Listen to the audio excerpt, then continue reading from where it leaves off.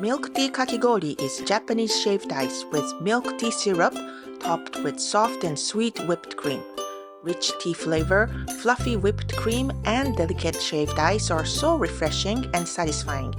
It's a perfect summer dessert you should try. First, we make the milk tea syrup. In a small pot, bring the water to a boil and add the tea leaves. Cover and simmer for 5 minutes. Add the milk and heat until the milk is warm. Strain the tea leaves and mix in the sugar. Refrigerate until it's very cold. Next, we make the sweet cream topping. Mix the heavy cream and condensed milk and whisk until soft peaks form.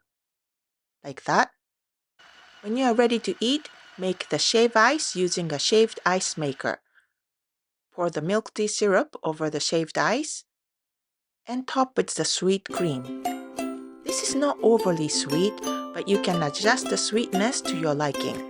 Black tea such as Assam works best for milk tea, but you can try with different kinds of tea of your choice.